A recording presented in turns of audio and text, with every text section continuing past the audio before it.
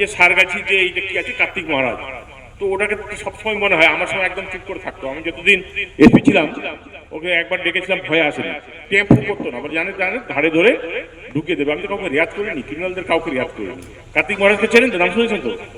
এই মাঝে মাঝে বেল টাকায় গন্ডগোল লাগায় যে লোকটা, সে তো একটা আতঙ্কবাদী নিজেই, তাই না?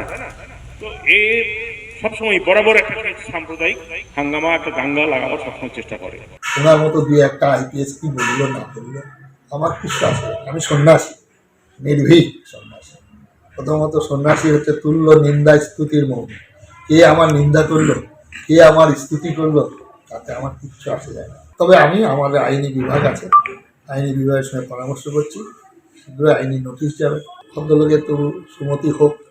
আর উনি মুর্শিদাবাদে থাকাকালীন উনি অফিসের বাইরে গিয়েছেন কেন সেটা জানি না, যার জন্য উনি ভুল করে বলছেন তার কাছে রামকৃষ্ণ বিষয়। বেলডাঙ্গাজি 50 বছর এতগুলো বড় প্রোপাগান্ড আশ্রম আছে, উনি তা জানেন। একটাকে ঢাকতে গিয়ে আরেকটা বলেছে।